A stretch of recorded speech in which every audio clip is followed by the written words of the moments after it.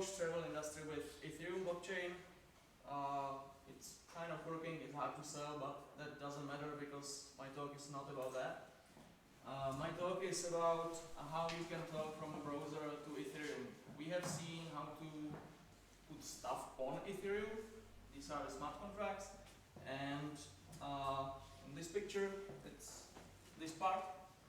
So let's just imagine that that's there, and some programs are there, some smart contracts are there, they have addresses, they can do stuff. What I will show you is the other part of the image. We have heard about Ethereum virtual machine. That's just some kind of software that runs in an Ethereum node and it can execute some binary code. The tricky thing is, how do you get the binary code that EVM can execute? Usually EVMs can speak some form of RPC, remote procedure call, usually with some JSON protocol, but that's not important. The important part is instead of the little figure that was on the right side, we now have a web browser, and inside there is a library called web3.js. There are probably others, because why not? And then there is a second piece of information which is called ABI. I will talk about it a little bit later. And the third thing that runs in our browser is our application, or as we heard, DApp, which stands for distributed app for some reason. And let's dive in. So ABI, or application binary interface, is just a representation of a smart contract. Nothing more, nothing less. It's a list of what the smart contract can do, and usually it's distributed as a JSON file, so it's perfectly readable in JavaScript, in a browser, basically anywhere. And you get the ABI as a byproduct of the compilation, so there's no problem to get that. This is Solidity. This is some smart contract which is called ERC20. It stands, or it's a standard for tokens on Ethereum. Just a side note, Ethereum has Ether as its main currency, let's say, but because it's programmable, you can deploy smart contracts that can represent other coins or tokens, and they are usually called crypto tokens, and ERC20 is like a blueprint for a token on Ethereum. If you want your own token, you just take this source code, deploy it on Ethereum, and you have a coin. Simple as that. So from this Solidity code that does something, doesn't matter what, as an ABI, you get something like this.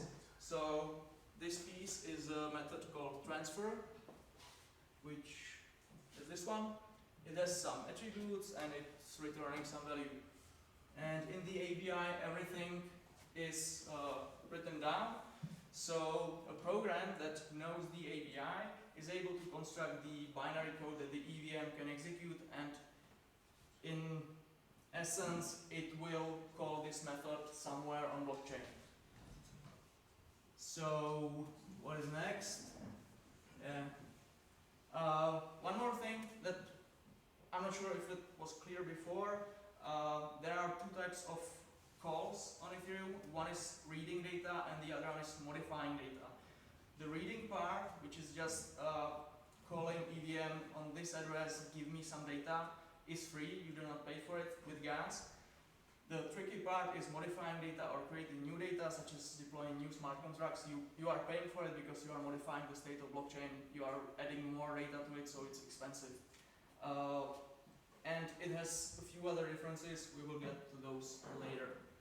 So in web3.js, how do you call a smart contract? Like this. You need the ABI, which is the first line. Then you need to import the library. Then you need to instantiate the library with something that's called a provider. Let's not care about it for now. Then you need the address of the token, or of the smart contract in general, in this case a token, and you create an instance, and what the library does is it creates some magical object for you that you are able to call.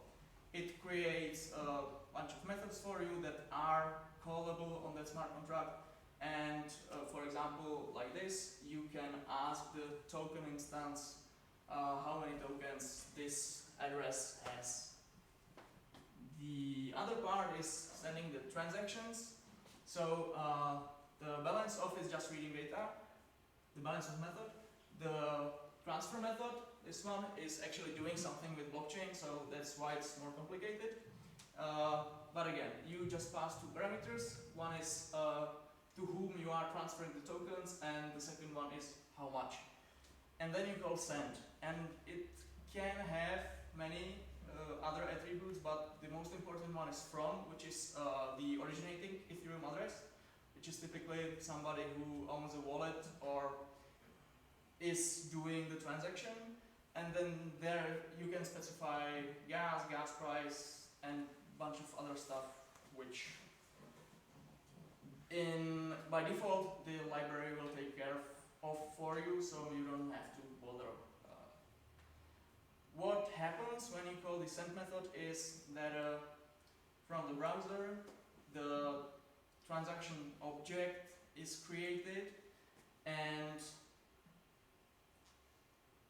an RPC call is created, and EVM is called with that RPC, and it's doing something. It takes time because mining blocks is taking time, and then the library will speak back to you once the data is back. So that's why there's a bunch of callbacks and other things like then received. It behaves sort of like a promise, and usually you are fine with just the last part, so you just send it as a promise and then you wait for the receipt to come back, and you know that the transaction you've sent to EVM was mined. It's part of a block on blockchain, and you can rely on the data being stored on blockchain.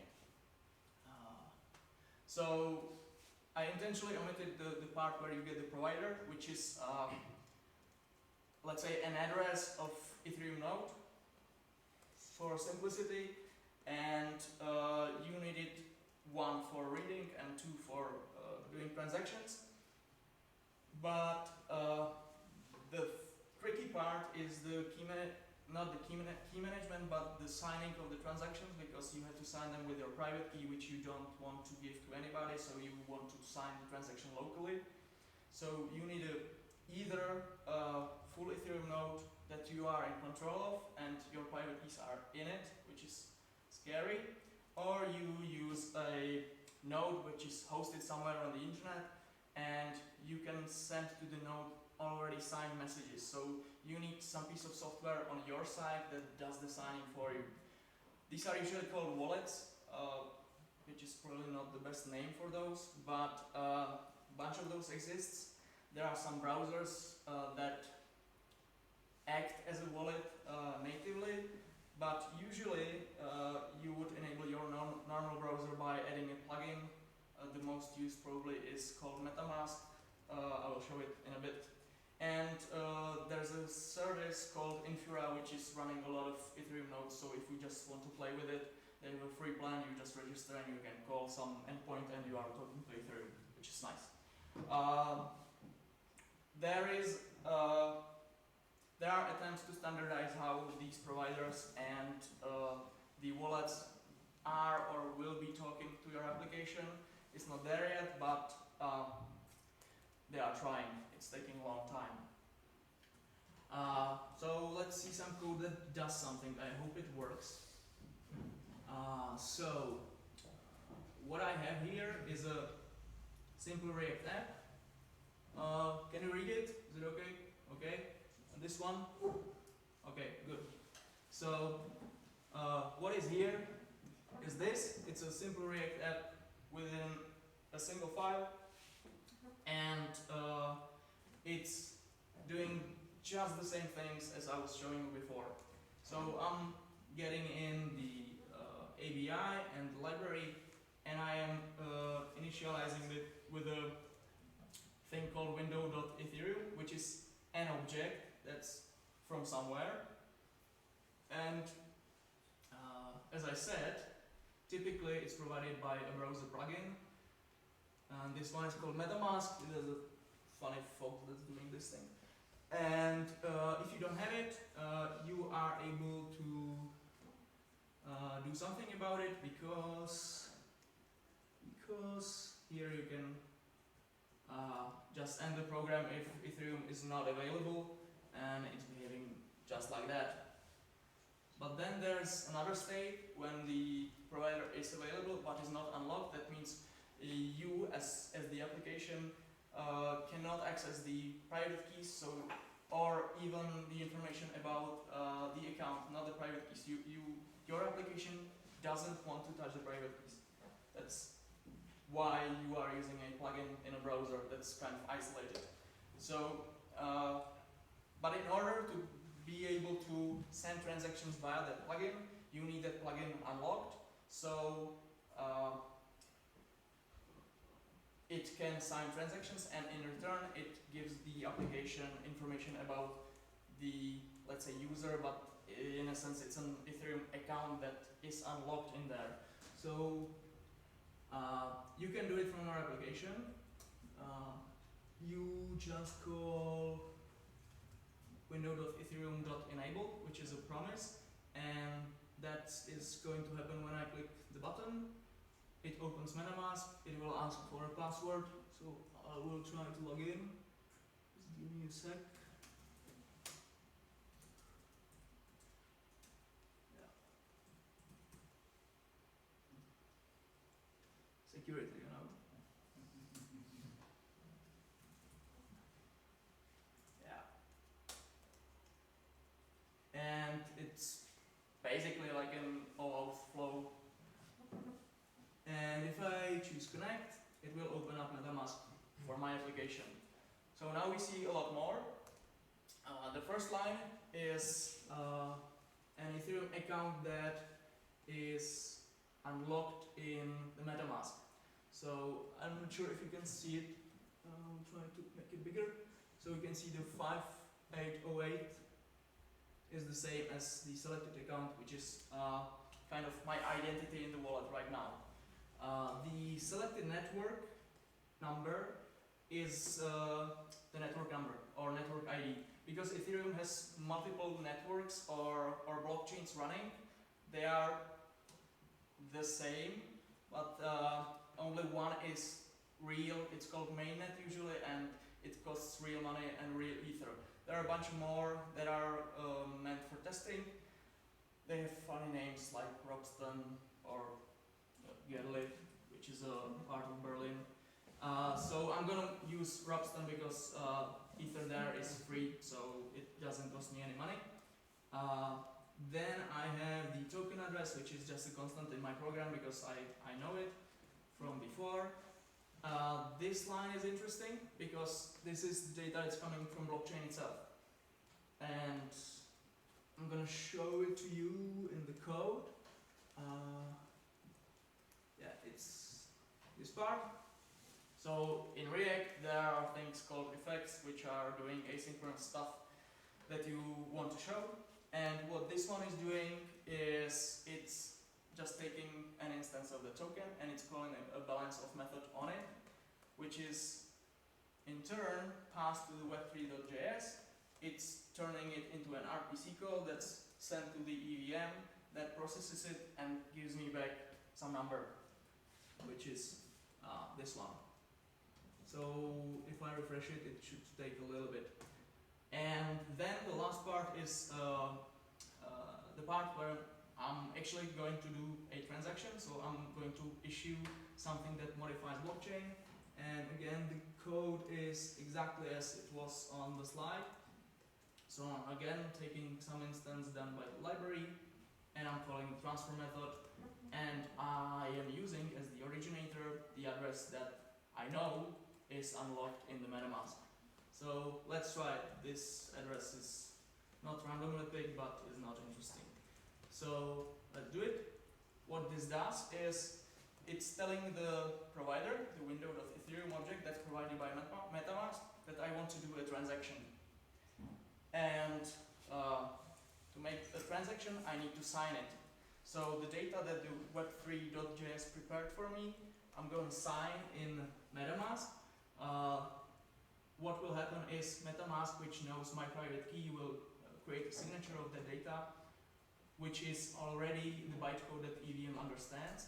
And then, if I confirm this, we'll send it to the EVM. So EVM will get, I think, I'm not sure about it, but two things. One is the data that it's supposed to execute and the signature.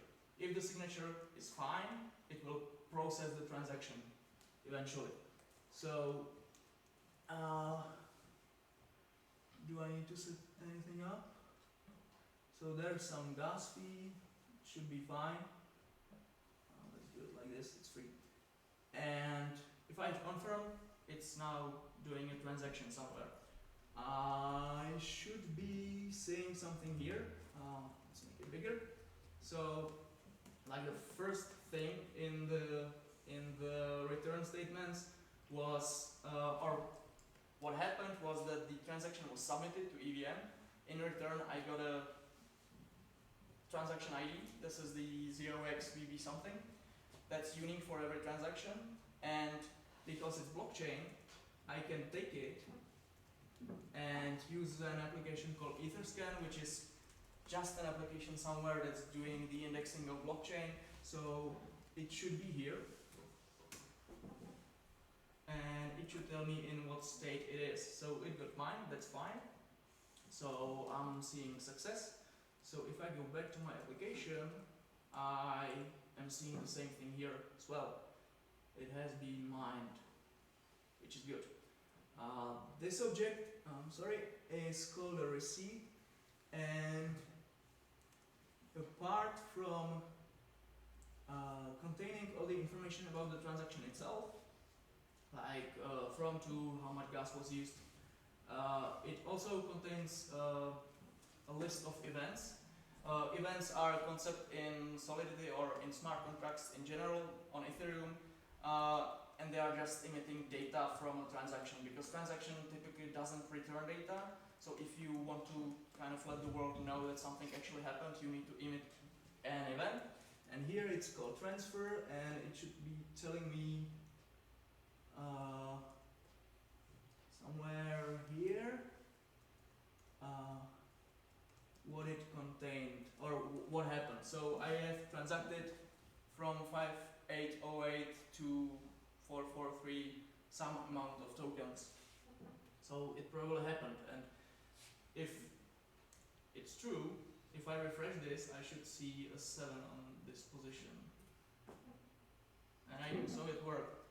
So I have just issued a transaction on Ethereum. It's as simple as that. And of course, this is just a very basic example, but applications typically work like this. Either you are reading data which is kind of slow, asynchronous, but you can do it. You can usually cache it because you are able to subscribe to new blocks on Ethereum, so you kind of know when to invalidate the data and when not, what not to. And the other part is issuing transactions, which is again usually slow because mining a block on Ethereum I think takes about 15 seconds right now. But so you kind of have to know about this and do your UX around this. So things take time to make them permanent on Ethereum. So if I go back here, what else do I have? Yeah.